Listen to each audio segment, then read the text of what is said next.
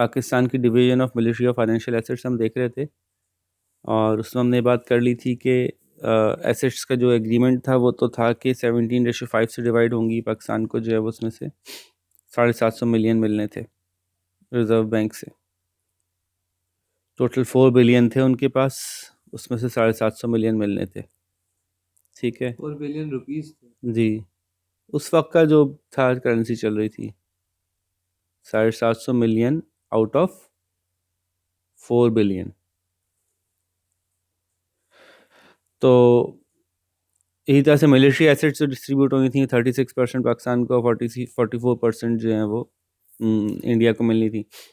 उसमें arm personalities भी थे उसके अंदर, 36 और 44 उसके अंदर जो है वो भी था। वो प्रिंसली स्टेट्स भी थी ना, प्रिंसली स्टेट्स को भी मिलना था। उसमें जो है वो गन्स भी थी, वेपन्स भी थे, फैक्ट्रीज भी थी आर्म इक्विपमेंट बनाने की। तो ये सारी चीज़ें मिला के बन रहा था। तो उसके बाद मैंने आपको बताया था कि एक्चुअली जो मिला था, तो एक्चुअली पाकिस्तान गॉट, ये लिख लीजिए, ये दोनों बातें लिख ली आपने। Assets were agreed to be divided in the ratio of 17:5, but Pakistan initially got 200 million out of 750 million. बाद में मिले थे नहीं मिले थे पैसे? सुने ना, ये लिख लिया। Pakistan only got 200 million out of 750 million. नहीं लिखा तो ऐड कर ले। 200 मिलियन आउट ऑफ 750 मिलियन।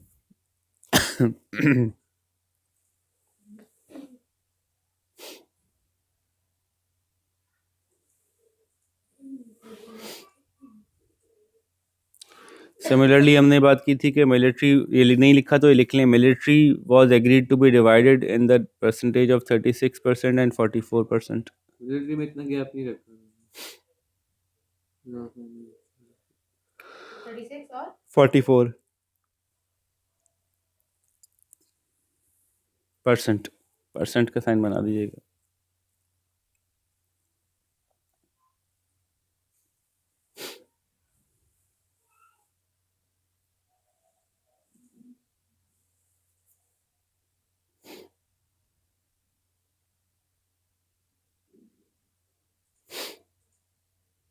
अब नेक्स्ट पॉइंट लिख लें। मैंने बताया था प्रॉब्लम क्या था, कि the army comprise of 150,000 officers, 150,000 soldiers, 150,000 soldiers जो टोटल आर्मी थी मिला के पाकिस्तान के पास।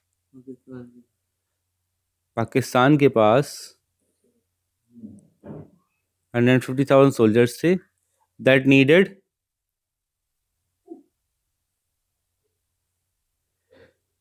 at least 4,000 officers. That needed at least 4,000 officers. But Pakistan had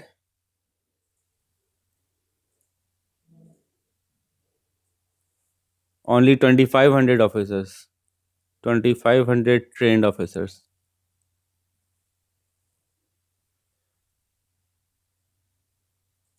ये एक प्रॉब्लम है, प्रॉब्लम्स लिख रहे हैं ना हम। ये प्रॉब्लम था कि पाकिस्तान के पास जो है वो ऑफिसर्स नहीं थे trend. 2,500 Pakistan had 150,000 soldiers that needed 4,000 officers. That needed 4,000 officers. But Pakistan had only 2,500 officers. ठीक है, क्यों ऐसा क्यों था? As army was given a choice.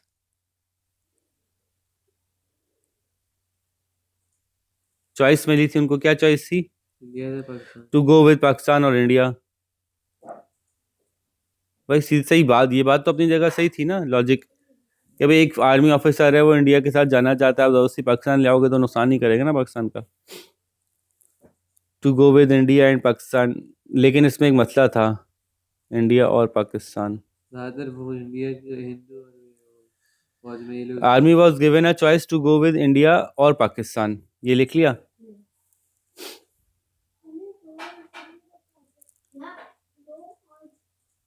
But over the last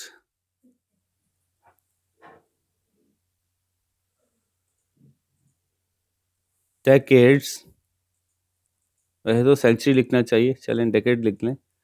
over the last decades British had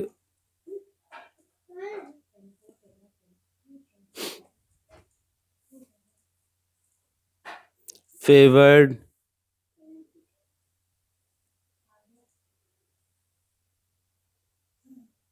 Hindus more, so there were fewer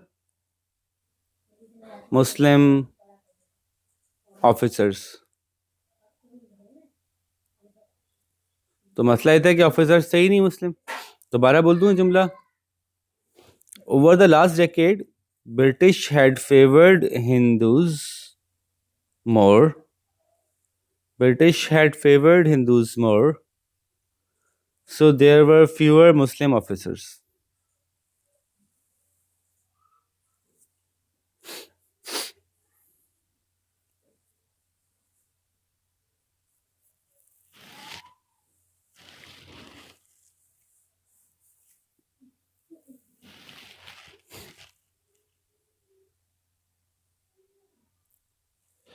ठीक है,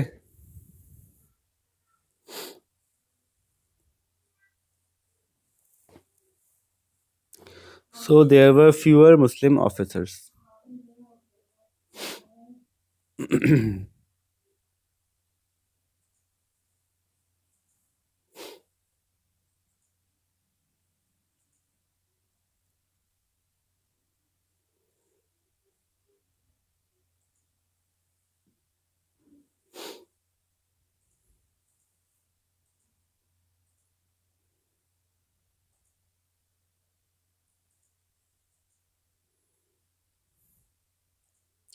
To fill the gap,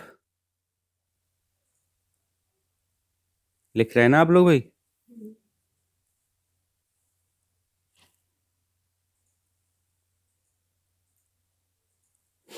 To fill the gap, Quaid-e-Azam was forced to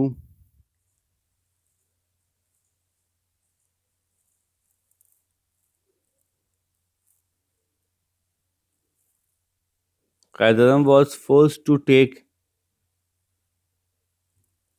500 British officers of higher rank,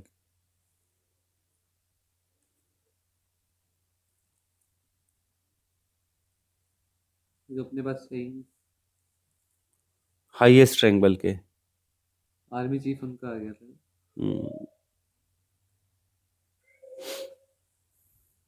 और corona की वजह से हम कश्मीर का वो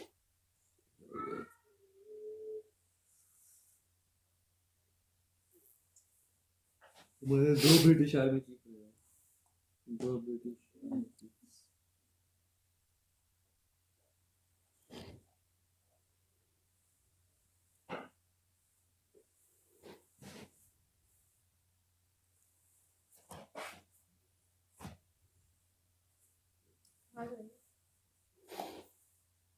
ठीक है,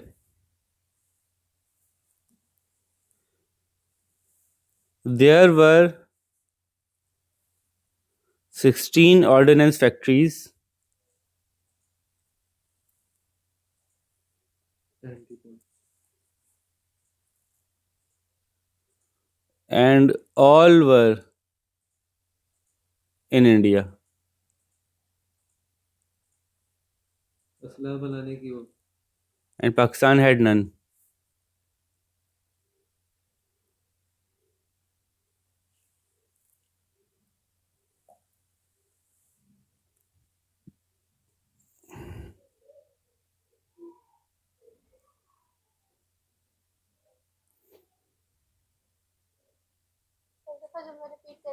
there were 16 ordnance factories. Ordnance factories कहते हैं जहाँ असलहा बनता है। There were 16 ordnance factories, all were in India, Pakistan had none.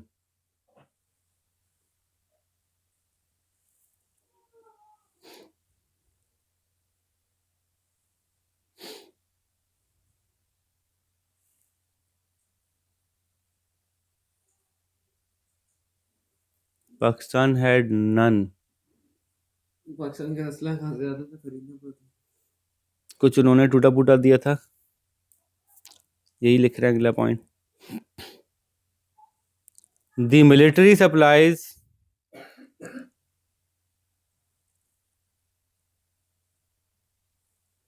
that were handed over to Pakistan rubbish.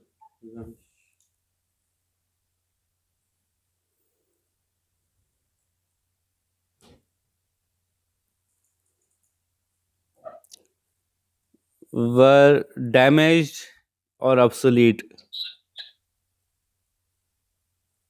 obsolete, obsolete कहते हैं जो मॉडल पुराना हो गया हो, अब नहीं चलता हो।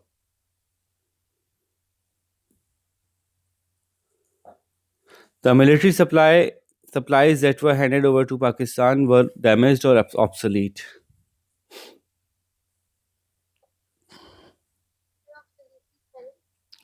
Obsolete, absolute नहीं, obsolete, OBSOLETE।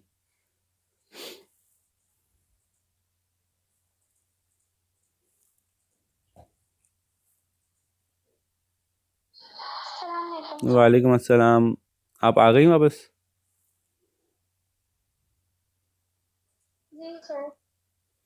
चलें, तबीयत ठीक है तो आप ज्वाइन करें, अगर तबीयत ठीक नहीं है तो आप रेस्ट कर लें, हम वीडियो तो बना ही रहे हैं। ठीक है सर, मैं कर लूंगी। तो ये मसाइल थे मिलिटरीली। अच्छा, बाद में इन्होंने 60 मिलियन रुपीस दिए पाकिस्तान को लड़ झगड़ के, और वो 500 मिलियन जो रह गए थे वो भी रिलीज कर दिए। लेकिन ये सब कश्मीर की वॉर, कश्मीर पे कब्जा करने के बाद किया उन्होंने। जो 60 मिलियन उन्होंने रिलीज किए थे उससे वाह फैक्ट्री लगाई पाकिस्तान ने, पाकिस्तान ऑर्डिनेंस फैक्ट्री वाह। आज तक चल रही है। वो आज तक माशाल्लाह वो काफ़ी अच्छी चल रही है।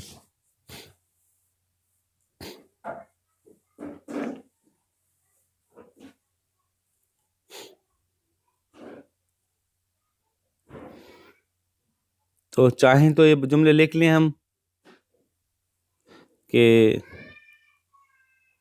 India eventually gave 60 million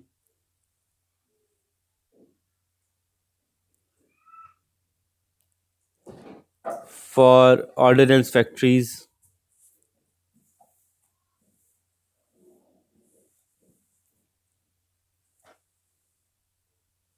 which we used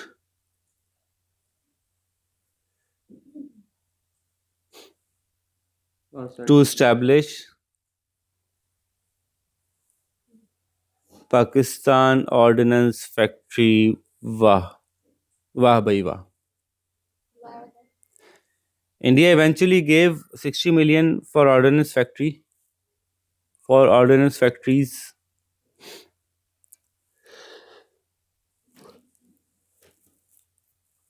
which we used to establish POF वाह।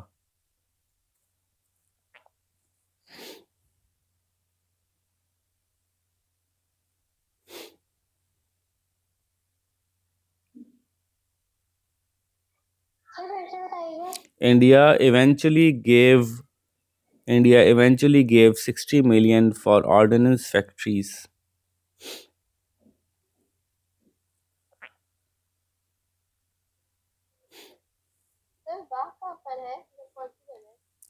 वाह। वाह जो है वो हमारे जो जोन बनता है ना पोटोहार के करीब है।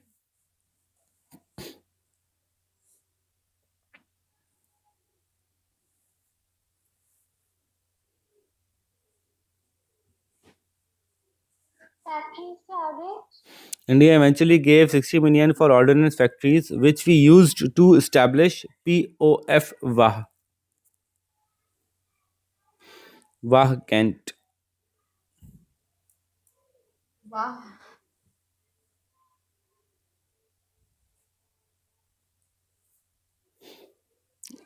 नेक्स्ट प्रॉब्लम नंबर 7 है हमारा कैनाल वाटर। मैं तो उसको खाली वाटर डिस्प्यूट लिखता हूँ। बहरहाल दी वाटर डिस्प्यूट ये अलग है ना प्रॉब्लम नंबर 7 है। ज्योग्राफी वाले ही मसले हैं थोड़ा सा। ये आखिरी पॉइंट है। नहीं, इसके बाद रेफ्यूजीज का एक मसला है। 2 मसले रह गए, एक कैनाल वाटर और एक रेफ्यूजीज। तो वाटर डिस्प्यूट लिख लें। वाटर डिस्प्यूट क्या थी?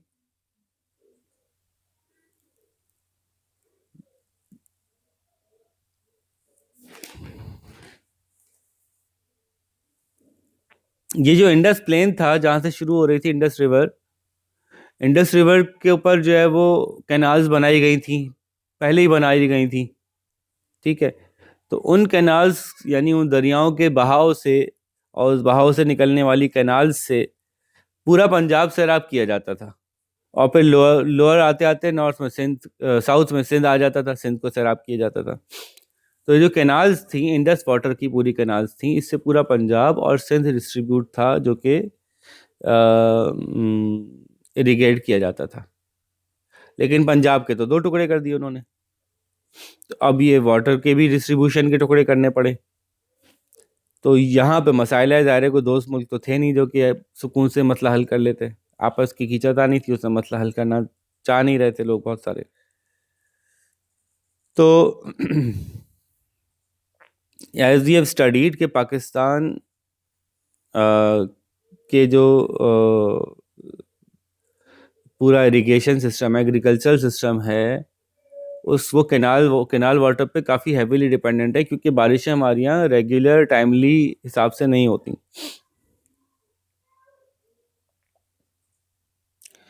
तो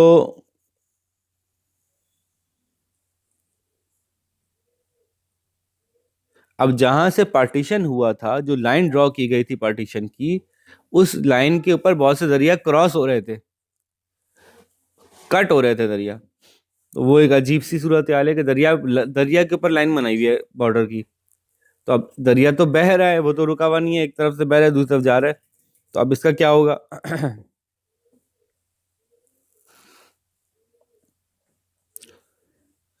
तो वो जो हेडवर्क्स थे, वो जो गेट्स थे, वो जो पानी को कंट्रोल करने के मैकेनिज्म्स थे, अक्सर वो इंडिया की तरफ थे, इंडिया वाले पंजाब साइड पे थे।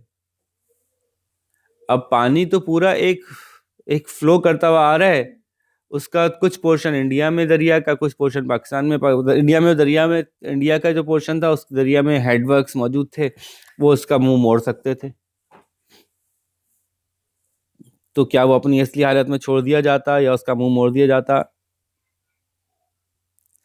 ऑल्दो के शुरू में ये इंडियन गवर्नमेंट ने प्रॉमिस किया था कि जी हम दरिया को ऐसे के ऐसे ही छोड़ देंगे, दरिया के ऊपर कोई बात नहीं होगी, सब ऐसे कैसे छोड़ देंगे, जो जहां जा रहा है पानी वहां जाता रहे। अगर इंडिया की तरफ आ रहा है तो इंडिया की तरफ आता रहे, पाकिस्तान की तरफ जा रहा है पाकिस्तान की तरफ जाता रहे, जैसे दरिया नेचुरल हालत में बह रहा है उसको वैसे बहने देंगे।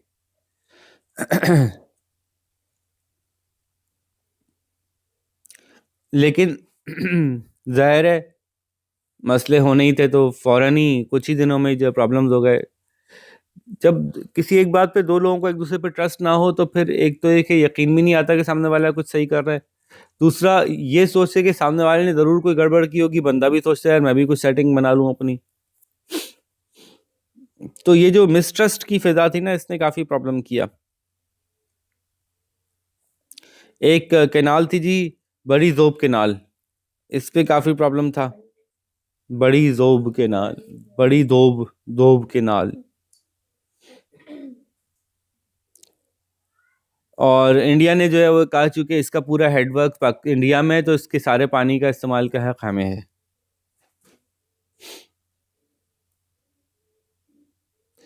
जबकि पाकिस्तान ने कहा कि पानी का दरिया तो पूरा बह रहा है ना, मतलब आप जो पानी आपकी तरफ आ रहा है वो आप यूज़ करो, अगर नीचे बह रहा है पानी तो उसको बहने दिया जाए, उसको रोका ना जाए, क्योंकि हमारी इकोनॉमी खुद उसी पानी से चल रही है।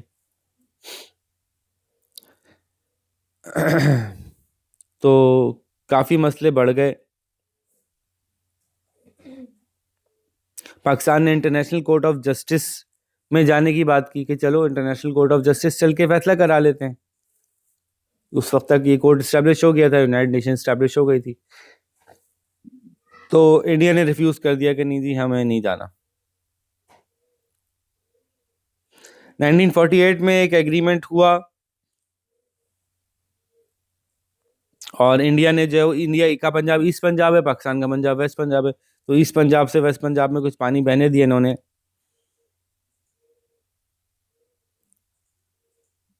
और उन्होंने कहा कि हम कुछ अरसे के लिए आपको पानी आने देंगे, आप दूसरी वाटर सप्लाईज अपनी तलाश करें, अपना दूसरा कैनाल सिस्टम बनाएं।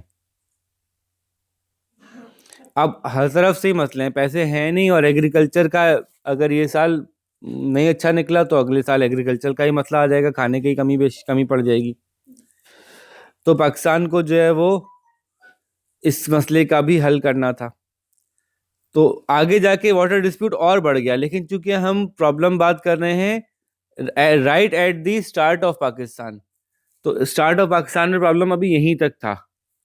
उसके कुछ सालों बाद प्रॉब्लम और कॉम्प्लिकेट हुआ और उसके फिर दूसरे हल भी निकाले गए, आपस में कुछ एग्रीमेंट भी हुआ जिसको हम आगे देखेंगे। लेकिन फिलहाल यहाँ तक प्रॉब्लम को हम लिख लेते हैं, ठीक है। तो पॉइंट लिखिएगा, एज नीचे गया, land around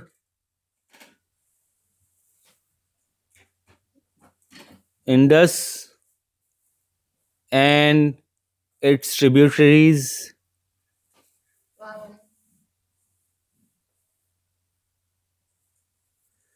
was divided arbitrarily.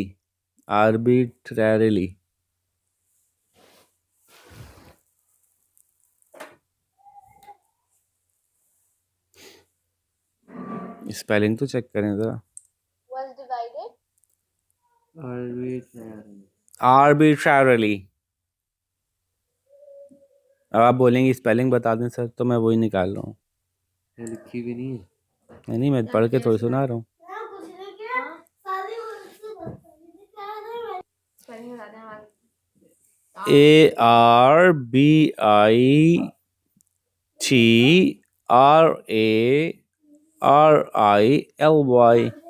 ARBITRARILY, arbitrarily। मतलब ये हुआ कि बिना सोचे समझे, बिना बाकायदा मंसूबे के साथ या बाकायदा बेहतर तरीके से, ये बेहतर तरीका सोचे बगैर बेतुके अंदाज में, ये ज़्यादा अच्छा हो गया, ठीक है। जो ज़मीन थी इंडस और उसके आसपास की ट्रिब्यूटरीज की, वो डिवाइड हो गई थी एक बेतुके अंदाज में। तो द रिवर्स एंड कैनाल्स, लिखिएगा आगे, the reverse and canals were also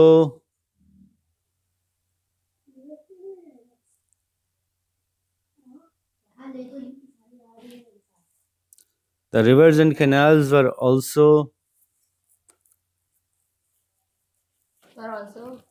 क्या कहें,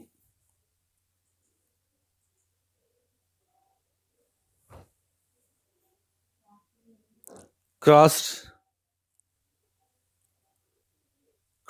by this borderline.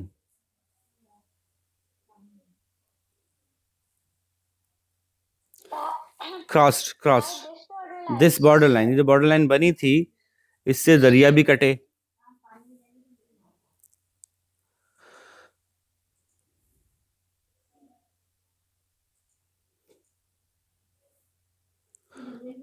Most of headworks समझ गए ना आप क्या होता है? हेडवर्क्स को इन्वर्टेड कॉमास में लिख लीजिएगा। most of head works on the canals were in India.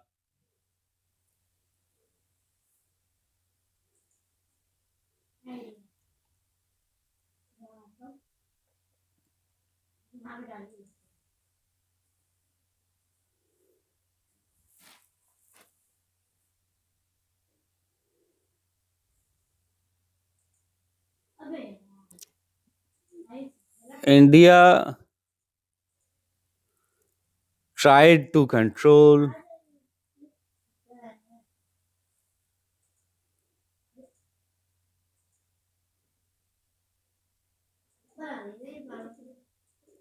the water supply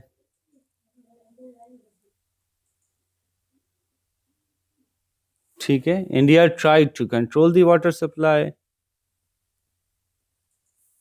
Pakistan protested and asked India to go to International Court of Justice. आज थोड़ी की धमकी दी थी। नहीं आज वो तो दोनों को साथ जाना पड़ता है जबरदस्ती नहीं है नहीं कर सकता था कि नहीं केस दायर नहीं होता वहाँ पे बट इंडिया रिफ्यूज्ड प्रोटेस्टेड क्या है?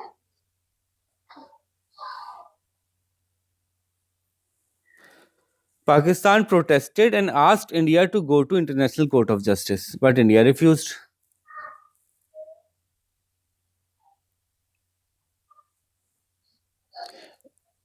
Pakistan protested and asked India to go to International Court of Justice, but India refused. ये बात लिख लें नाम लिख लें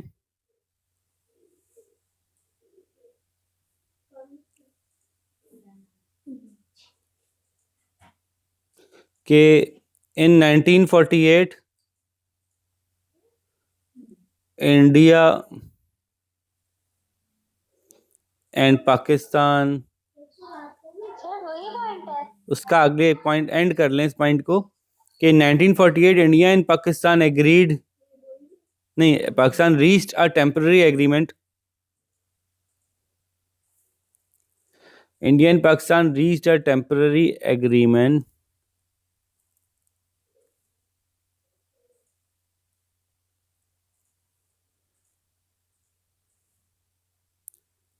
but India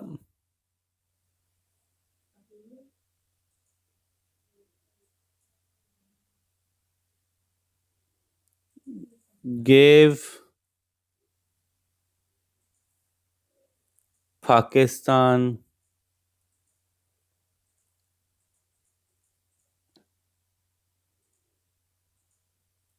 some time to work out alternate water supplies. Sir Pakistan sometime के बाद दोबारा बताएंगे To work out alternate water supply. India gave Pakistan some time to work out alternate water supplies.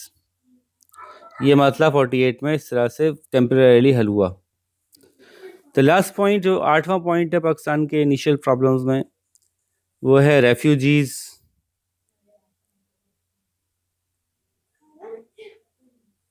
And accommodation.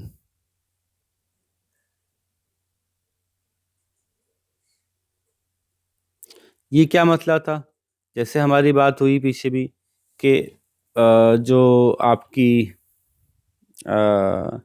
Muslim league का जो बुनियादी struggle थी मुस्लिम league की वो तो थी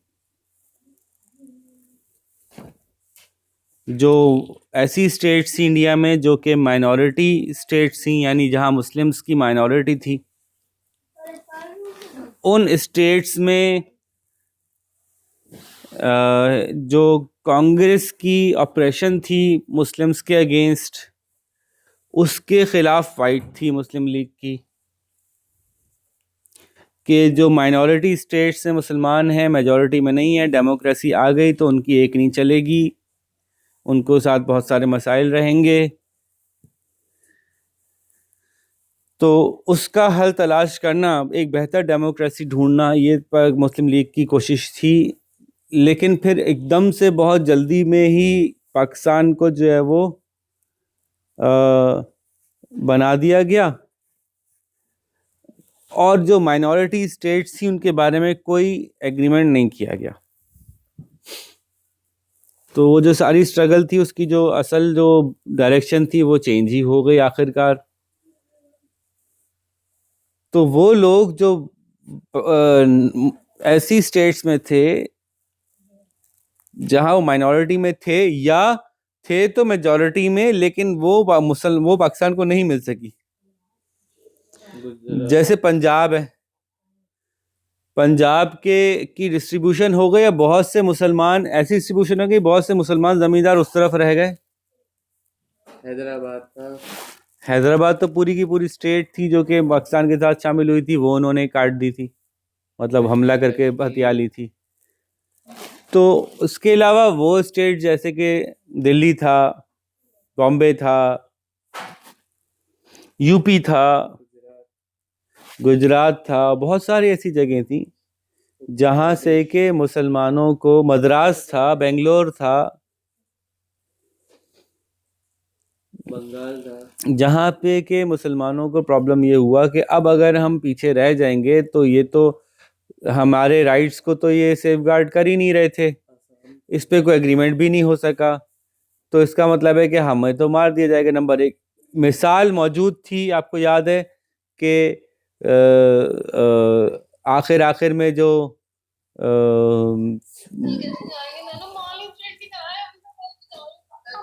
आज मेरा आज चलते पार्लर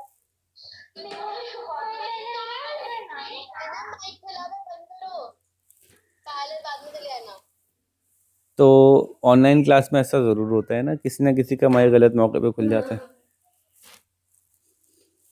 जवाहर भाई जी कहते हैं माइक काट दिया, माइक ही काट दिया जवाहर भाई ने, गुड। माइक अच्छा, हमारी क्लास चल रही है, रिकॉर्डिंग भी हो रही है।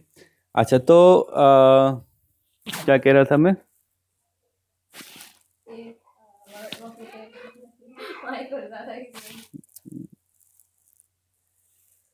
तो बहुत सारे लोग ऐसे थे जिनको कि अंदाज़ा हुआ कि अगर हम वहीं रहेंगे तो मसाइल होंगे। मैं ये कह रहा था कि इसकी एग्जांपल्स पीछे मौजूद थी। बंगाल में जो इतने ज़बरदस्त हंगामे हुए थे, उन हंगामों में बहुत से लोग मारे गए थे, तो ये प्रैक्टिस उनके सामने आ गई थी कि अब ये खामोशी से, जिसको जेनोसाइड कहते हैं ना, जेनोसाइड पॉसिबल है। तो इस चक्कर में उन्होंने ये फैसला किया कि हमें अपने इन माइनॉरिटी स्टेटस को से बाहर निकलने के लिए इंडिया के उन स्टेट से अपने आप को छोड़ के हमें जाना पड़ेगा और हम पाकिस्तान माइग्रेट करना पड़ेगा। ठीक है, तो ये एक बड़ा प्रॉब्लम था कि बहुत बड़ी तादाद में मुसलमान जो इंडिया में रहते थे और उस एरिया में अपने आप को मौजूद थे, वो जिस एरिया की डिवीज़न करके जो एरिया इंडिया को मिला, तो वो वहाँ से उन्होंने फ़ैसला किया कि हमें माइग्रेट करके पाकिस्तान आना पड़ेगा।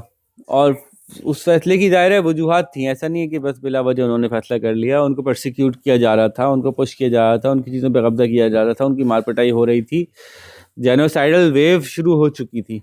जेनोसाइड समझते हैं ना आप लोग? समझते हैं। पाकिस्तान ने बांग्लादेश को किया, लेकिन किया था या नहीं किया था नहीं पता। अच्छा, तो in the years immediately before partition there were widespread violence। ठीक है, तो हम पॉइंट लिखते भी जाते हैं साथ साथ ताकि टाइम बचे हमारा। पहले मैं पूरा एक्सप्लेन नहीं करता, साथ में लिखता भी जाता हूँ। तो उसमें पहला पॉइंट लिखिएगा, there was widespread violence.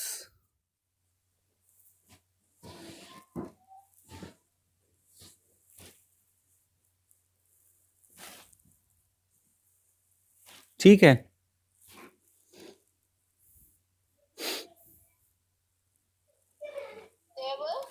there was widespread violence।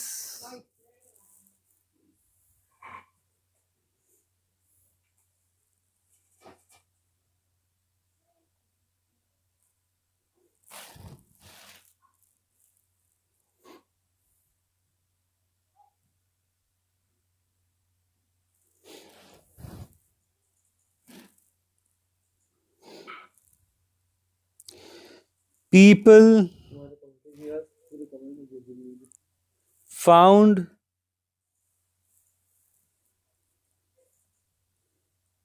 themselves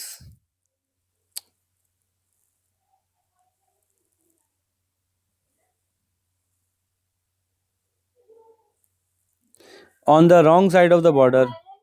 violence sells बताइएगा।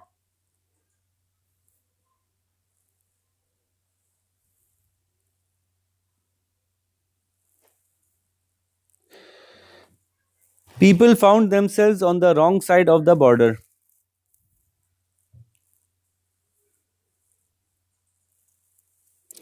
इस बात का क्या मतलब हुआ? मतलब मुसलमान जो हैं वो इंडिया में मौजूद हैं और हिंदू जो हैं वो पाकिस्तान में मौजूद हैं। तो they had to migrate for the fear of their lives. लिख लें, लेकिन कायदा they had to, असल में इसमें पूरा एक गेम था। for the fear of their lives.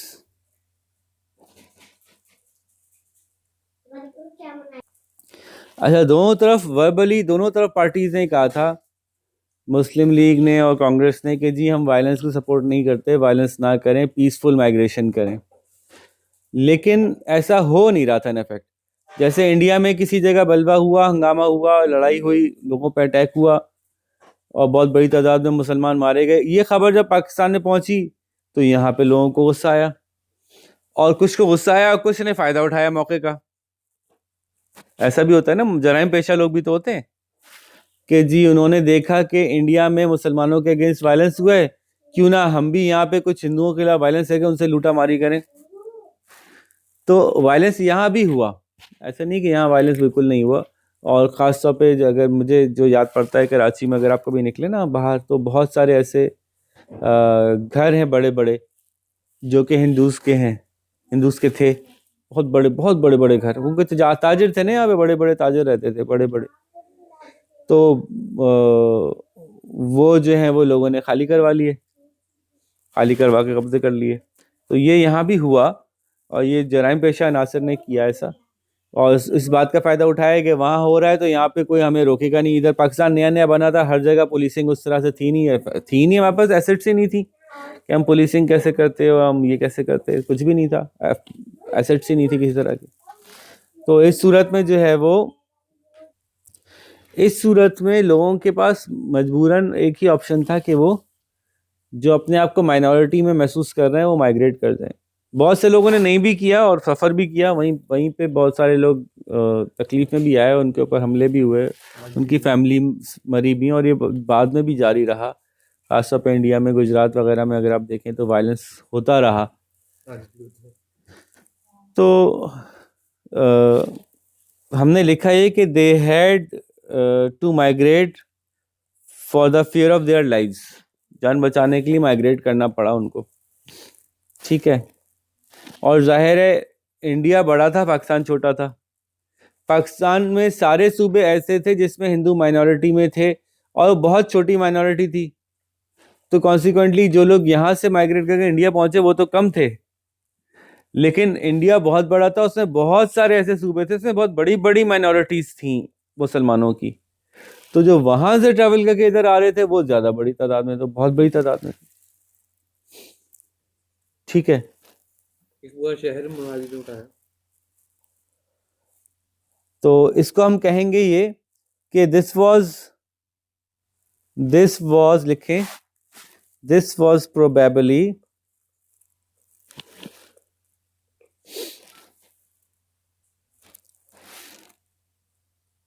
the largest migration the mankind had ever seen.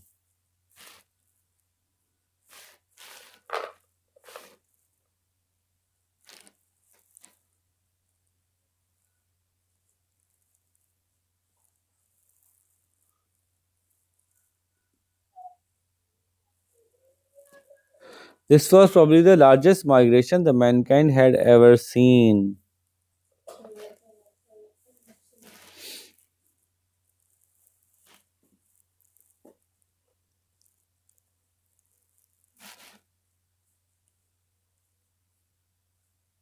migration?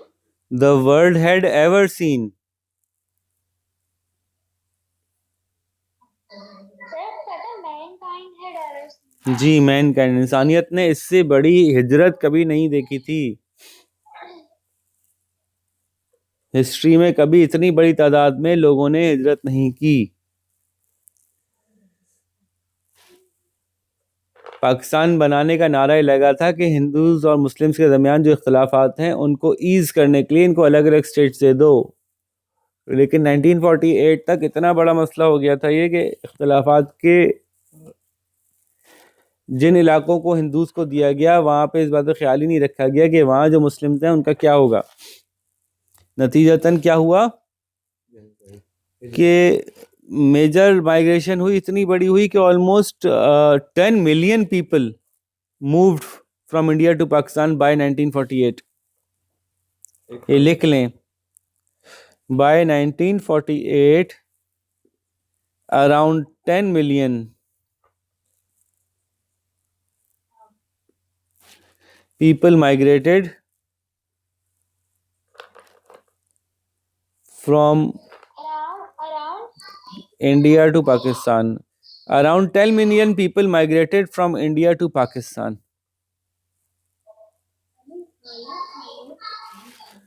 ठीक है,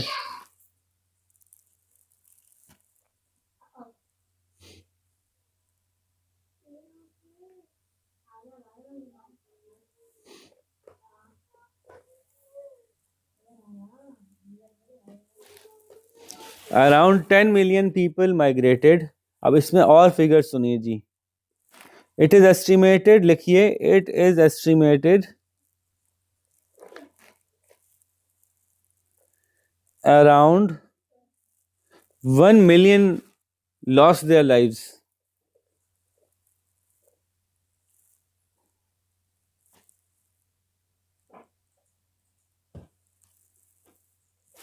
वो तो ट्रेनों में मार दे जाते हैं। ट्रेनों में, अपने घरों में, इलाकों में महसूर करके।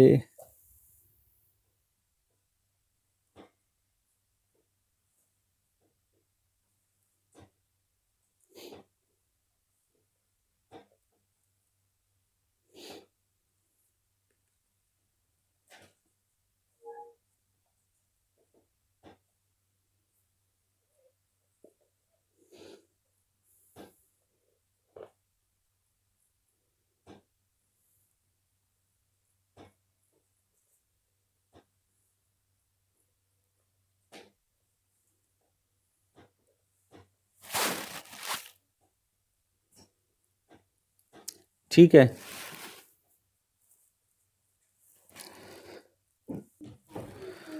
20 million, sorry 20 million 20 million were made homeless.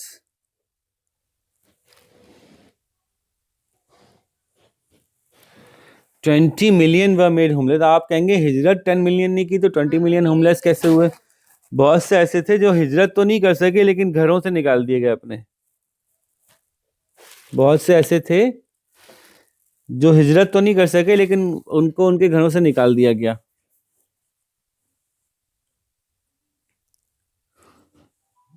ठीक है, ठीक है। खुद कराची में इवन जो है वो तकरीबन 2 मिलियन के करीब रेफ्यूजीज आए थे। और प्रॉब्लम क्या था इन रेफ्यूजीज के आने से? मसला क्या हुआ था? Pakistan had very few economic resources. लिखिएगा, Pakistan had very few economic resources to support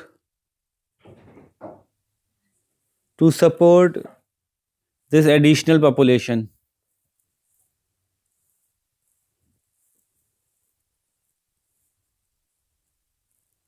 अब इस एडिशनल पॉपुलेशन के क्या क्या चीज़ों को सपोर्ट करना था ये भी आप आगे सिर्फ पॉइंट्स में लिख लें, वर्ड्स में लिख लें कि जो सपोर्ट करना था, हाउसिंग सपोर्ट करनी थी, फूड, ठीक है, इनकी फूड सिक्योरिटी थी, हाउसिंग थी, फूड सिक्योरिटी थी, जॉब्स थी, एजुकेशन थी और हेल्थ थी। जिन जगहों पे ज़्यादा प्रेशर पड़ा वो था housing, food security, jobs, education और हेल्थ। इन एरियाज में पहले ही गुंजाइश नहीं थी, जॉब्स तो बढ़नी थी ना अभी, लेकिन गवर्नमेंट बाद में बढ़ी ना, उस वक्त तो कोई काम नहीं था। गवर्नमेंट का है। उस वक्त तो बहुत मुश्किलात थी। फूड सिक्योरिटी नहीं थी, पानी पहले ही कम होने का चांस था, जॉब्स नहीं थी, एजुकेशन के मसले थे, हेल्थ।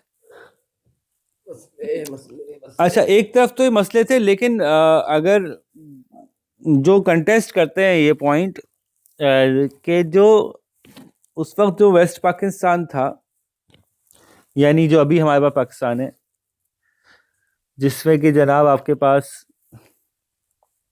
पंजाब था, बलूचिस्तान था, एजुकेशनली, एक्सपीरियंशियली ये लोग इतने एक्सपीरियंस्ड और एजुकेटेड नहीं थे। और बहुत बड़ी तादाद में इंडिया से जो लोग आए थे उनमें ऐसे लोग थे जिनका ब्यूरोक्रेटिक एक्सपीरियंस था, जो एजुकेटेड थे, जो बड़े तालीमी इदारों से तालीम हासिल करके आए थे। दिल्ली से लोग आ रहे थे, मुंबई से लोग आ रहे थे, एक्सपीरियंस ताजिर आ रहे थे। तो एक तरह से पाकिस्तान के लिए ये अच्छा यूं साबित हुआ कि जो मैंने बताया था कि सारे जगहों पे गैप था, पढ़ाने के लिए उस्ताद नहीं था क्योंकि एक्सपीरियंस एजुकेटेड लोग नहीं थे, हुकूमत के इदारों में काम करने के ऑफिसर्स नहीं थे, ब्यूरोक्रेटिक ऑफिसर्स नहीं थे, और तजुर्बेकार इंडस्ट्रियलिस्ट नहीं थे। लेकिन ये जो हिजरत करके लोग आए थे, इनमें ये तीनों मौजूद थे। तजुर्बेकार इंडस्ट्रियलिस्ट भी आए थे बहुत से वहाँ से निकल के, बहुत से ऐसे लोग आए थे जो पढ़े लिखे थे, असातिज़ा बने, डॉक्टर आए थे वहाँ से, और इसी तरह से वहाँ से ऐसे लोग आए थे जो ब्यूरोक्रेसी के अंदर उन्होंने पूरा मुल्क खड़ा करने में हेल्प की। तो इस पे भी थोड़ा सा एक तरह से एडवांटेज, फ़ायदा हो गया आखिरकार। शुरू में तो पॉपुलेशन ने बड़ा प्रेशर रखा, housing, food security, jobs, education, health जो मैंने बताया, इसमें प्रेशर आया, लेकिन इन लोगों ने इवेंचुअली काफ़ी सपोर्ट किया और ये फैल गए थे। वैसे तो आपको लगता है कि कराची में ही सारे महाजिर भरे हुए, ऐसा नहीं है, ये लोग फैल गए थे।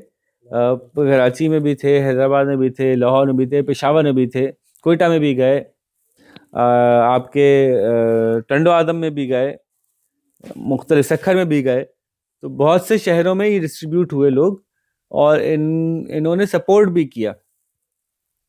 मैं ज़ाती तौर पर मैं समझता हूँ बस की गलती ये हुई कि जिस एरिया में आप डिस्ट्रीब्यूट हो गए और उस एरिया में सेटल हो गए और उस एरिया में लॉन्ग रन में आपको वहीं रहना है, वहीं आपके बच्चे पैदा होने हैं, तो फिर आपको उस आइडेंटिटी को अब्जॉर्ब कर लेना चाहिए था।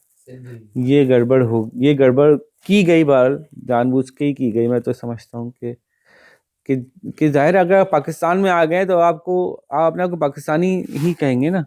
जैसे अमेरिका में होता है कि अमेरिका में एक बंदा अपने आप को कह रहा है आई एम फ्रॉम फिलाडेल्फिया, वो ये थोड़ी बता रहे हैं कि मेरी अम्मी जर्मन थी, मेरे अब्बू रशियन थे, मेरी अम्मी चाइनीज़ थी, मेरे अब्बू जापानीज़ थे। कितनी मिक्स ब्रीड है ना। अमेरिका में तो बहुत बड़ी मिक्स ब्रीड का पूरा हब है।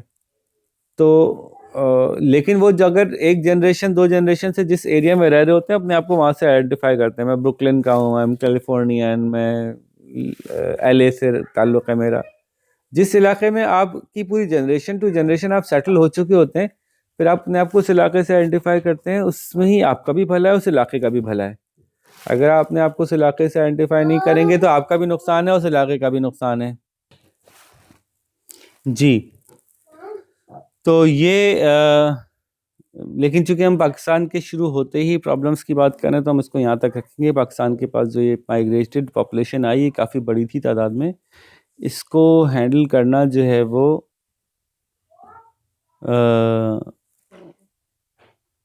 बहुत मुश्किल था।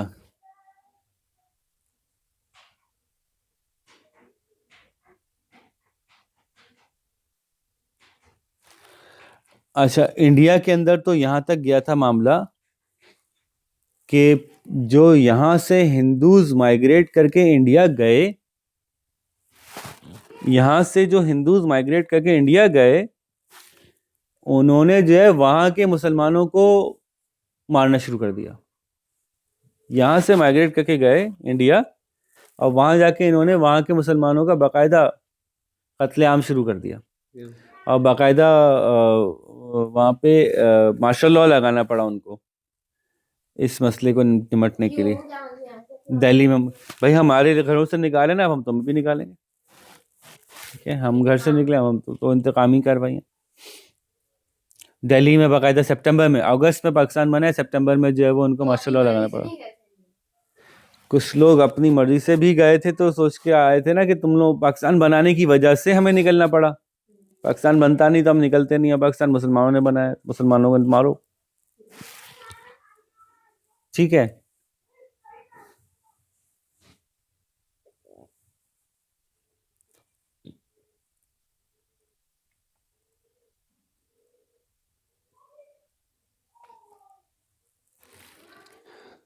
तो ये प्रॉब्लम हमने आखिरी प्रॉब्लम डिस्कस किया, रेफ्यूजीज़ और अकोमोडेशन और हाउसिंग और फूड सिक्योरिटी और जॉब और एजुकेशन और हेल्थ के ऊपर आने वाला प्रेशर, जिसको कि पाकिस्तान को हैंडल करना था, जो ऑलरेडी ही इकोनॉमिकली एक फिजिबल सिचुएशन में नहीं था। ठीक है, तो यहाँ पे ये हमने वो सारे प्रॉब्लम्स डिस्कस कर लिए। जल्दी से मैं एक ओवरव्यू कर दूँ, रिकैप कर दूँ कि क्या क्या प्रॉब्लम्स हमने देखे हैं अब तक पाकिस्तान बनते ही। तो पाकिस्तान बनने के फ़ौरन बाद जो प्रॉब्लम्स हमें फेस करने पड़े वो बहुत सारे थे। सबसे पहले तो रेडक्लिफ अवार्ड्स, आप भी अपने नोट्स को पीछे मोड़ पलट के देख लीजिए जी, जिन्होंने लिखे हुए नोट्स। रेडक्लिफ अवार्ड के साथ हमें मसला था, याद आ रहा है कुछ? फ़िरोज़पुर, गुरदासपुर मसला था, कलकत्ता डिवाइड होकर के उधर भेज दिया था उन्होंने।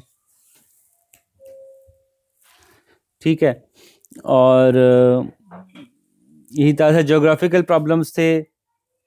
जोग्राफिकल प्रॉब्लम में मैंने बताया था किस तरह से लाइन बनी है, डिओडरेंट लाइन है, और जिसकी वजह से अफ़गानिस्तान को ही प्रॉब्लम था कि जो इलाके पाकिस्तान में दाखिल कर दिए। फिर ईस्ट पाकिस्तान वेस्ट पाकिस्तान का डिस्टेंस मैंने बताया था कितना बड़ा मसला था। ठीक है, और जिस तरह से पंजाब कटा था और दूसरे सूबे कटे थे, उसके मसले थे। ठीक है, ठीक है जी। तो पॉलिटिकल प्रॉब्लम्स से मैंने आपको बताया था, आपको याद हो कि हमारे पास पॉलिटिकल स्ट्रक्चर नहीं था, ब्यूरोक्रेसी नहीं थी, बिल्डिंग्स नहीं थी, एसेट्स नहीं थी जो पॉलिटिकल स्ट्रक्चर को सपोर्ट करती। कायद-ए-आज़म की तबीयत ख़राब थी। ठीक है, बहुत से एक्सपीरियंस पॉलिटिशियंस जो थे वो उस तरफ रह गए थे, पॉलिटिकल सिस्टम के जो पार्ट थे। ठीक है, इस गैप को, वैसे मैंने बताया, इस गैप को बाद में फिल किया जो वहाँ से माइग्रेंट्स आए थे उन्होंने।